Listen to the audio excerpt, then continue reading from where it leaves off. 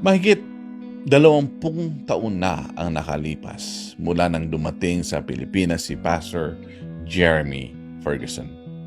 Bata pa siya noon, isang misyonerong nagdesisyon na iwan ang Amerika para dito ialay ang kanyang buhay sa Pilipinas.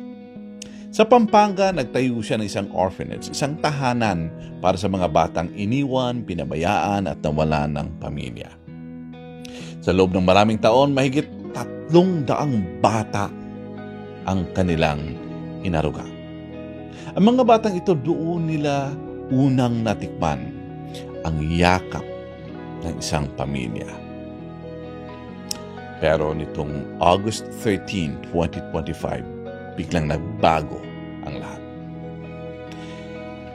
Isang umaga, dumating ang mga taga-DSWD na may kasamang mga armadong pulis.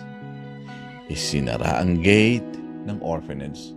Nag-iiyakan ang mga bata habang isa-isang inaalis mula sa minahal nilang tahanan. At si Pastor Jeremy, ang itinuring nilang ama, ay inaresto. Ayon sa mga otoridad, may mga bata raw na nagsumbong ng pag-aabuso. Abusong physical at psychological. Kaya't sinampahan si Pastor Jeremy ng kaso sa ilalim ng Republic Act 7610, ang batas laban sa pag-aabuso ng kabataan. Pero heto ang twist. Ayon mismo sa lokal na pulisya ng Mexico, Pampanga, na for 20 years, wala silang natanggap na reklamo laban kay Ferguson. Sa halip, sila pa ang minsang nagdadala ng mga pagkain para sa mga bata. Mula naman sa orphanage, lumutang ang mga testimonya ng mga guro, ng mga house parents, at mismong mga batang lumaki doon. Ang sabi nila, mahigpit si Pastor, pero mapagmahal. Hindi kami pinababayaan, hindi kami ginugutom, may disiplina, pero may yakap din. Ngunit giit ng DSWD, mismong mga bata rin daw ang nagsalita laban sa kanya.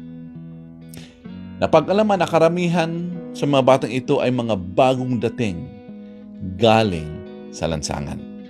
Na ayon sa mga batang matagal na sa orphanage ay mga pasaway ang mga batang ito. Mga hindi nakikinig at ayaw sumunod sa mga house parents, house rules at teachers nila. At sila ngayon ang ugat ng mabibigat na paratang. Ang pinakikinggan ng DSWD ay itong mga batang ito at hindi yung mga batang matagal nang nakatira doon. At dito lalong lumalim ang tanong kung para talaga ito sa ikabubuti ng mga bata. Bakit nung araw ng raid marami sa kanila ang nag-iiyakan? Ang nagmamakaawa ayaw sumama sa staff ng DSWD. Ang sigaw ng ilan sa kanila habang mahigpit na yumayakap at kumakapit kay Pastor Jeremy ay sabi nila, "Wag mo kaming iwan, Pastor." Para sa kanila, ang orphanage ang naging pamilya. At sa mga walang ama o hindi nakaranas ng pagmamahal ng ama, si Pastor Jeremy ang naging tatay nila. At ngayon, nawala ito. Parang gumuho ang lahat sa buhay ng mga batang ito. Ngayon si Pastor Jeremy ay nakakulong at gusto nang ipa-deport ng Bureau of Immigration kahit hindi pa man nalilitis o naiimbestigahan ang mga akusasyon. May mga naniniwalang siya nga ay totoong may sala, may mga naniniwala din na inosente siya.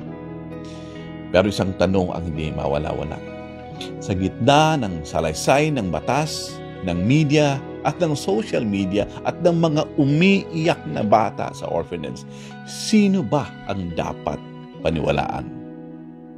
At higit sa lahat, sino ba ang tunay na biktima? Kung totoo ang mga aligasyon kay Pastor Jeremy Ferguson, isang napakalaking trahedya ito.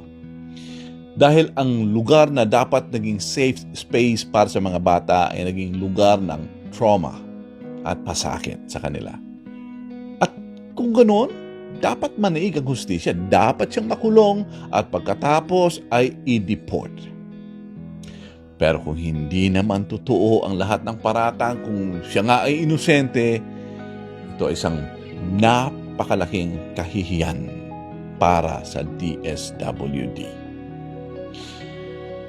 Dahil merong isang taong iniwan ang ginhawa ng buhay sa Amerika at inalay niya ito para sa mga batang lansangan na bigla nilang ipinahiya, winasak ang reputasyon, inilayo sa mga batang itinuring niyang mga anak.